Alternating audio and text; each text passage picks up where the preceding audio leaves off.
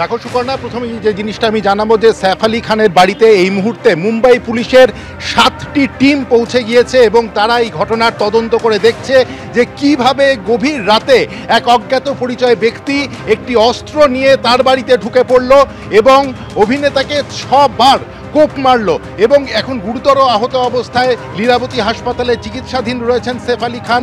এবং যেটা জানা যাচ্ছে হাসপাতাল সূত্রে, তার অস্ত্রোপচার এখনও শেষ হয়নি।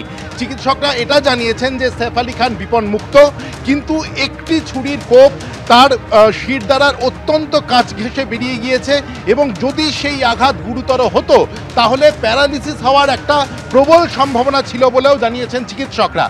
মুম্বাই পুলিশ সূত্রে আমরা এই মুহূর্তে যেটা জানতে পারছি যে সম্ভবত সেই ব্যক্তি সৈফ আলী খানের বাড়ির এক পরিচারিকার সঙ্গে কথা বলতে সেই বাড়িতে গিয়েছিল।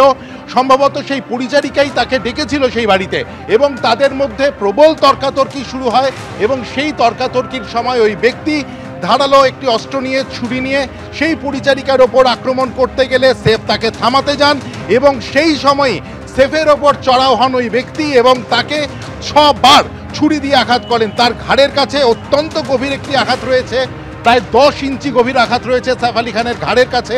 এছাড়াও শরীরের আরও 5টি জায়গায় গুরুতর চোট পেয়েছেন সৈফ আলী খান, যার মধ্যে 2টি আঘাত অত্যন্ত গুরুতর। মুম্বাই পুলিশের ভূমিকা এবং বান্দ্রা এলাকার নিরাপত্তা নিয়েও প্রশ্ন উঠছে।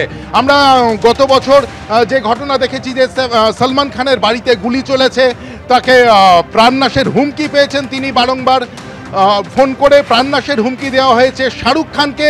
আর এবার সৈফ আলী খানের বাড়িতে ঢুকে তার উপর ছুরি নিয়ে হামলা চালালো এক অজ্ঞাত পরিচয় ব্যক্তি এবং এই ঘটনায় পুরো মুম্বাইতে এখন তোলপাড় পড়ে গিয়েছে। বান্দ্রা এলাকার নিরাপত্তা নিয়ে প্রশ্ন তুলেছেন অভিনেত্রী প্রযোজক পূজা ভাট। তিনি লিখেছেন সোশ্যাল মিডিয়াতে যে এমন নিরাপত্তাহীনতার অভাবের আগে কোনোদিনও বোধ করিনি। দেবারাতে সৈফ আলী খানের সঙ্গে অভিনয় করেছিলেন জুনিয়র এনটিআর, তিনিও মুম্বাইতে শুটিংয়ে রয়েছেন। তিনিও লিখেছেন যে সৈফ আলী খানের দ্রুত সুস্থতা কামনা করছেন এবং তিনি অত্যন্ত হতচকিত হয়ে পড়েছেন এই ঘটনায় যে কীরকমভাবে সৈফ আলী খানের মতন এক অভিনেতার বাড়িতে ঢুকে অস্ত্র নিয়ে ঢুকে তার উপর হামলা চালালো এক অজ্ঞাত পরিচয় ব্যক্তি। সুকর্ণা, একেবারে পুরুষোত্তম, তুমি আমাদের সঙ্গে থাকো। আর এই প্রশ্ন উঠছে, যে এলাকায় বান্দ্রার যে এলাকায় অভিনেতা সৈফ আলী খান থাকেন তা অত্যন্ত হাই সিকিউরিটি জোন, সেখানে কিভাবে এই ধরনের ঘটনা ঘটলো? এতটা সুরক্ষিত একটি বাড়ির মধ্যে কিভাবে পৌঁছে গেল সেই অজ্ঞাত পরিচয় ব্যক্তি, যার সঙ্গে পরিচারিকার শুরুতে তর্কাতর্কি হয় এবং তারপর সেই গন্ডগোল থামাতে গেলে অভিনেতা সৈফ আলী খানকে 6 বার ছুরি দিয়ে আঘাত করেন ওই অজ্ঞাত পরিচয় ব্যক্তি এবং তিনি গেলেন কোথায়? পুলিশ তাকে এখনো কেন ধরতে পারলো না?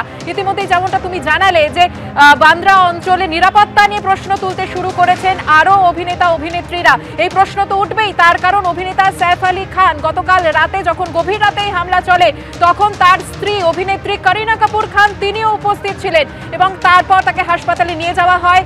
6টা আঘাত লেগেছে তার, যার মধ্যে 2টি আঘাত অত্যন্ত গুরুতর বলে জানা যাচ্ছে।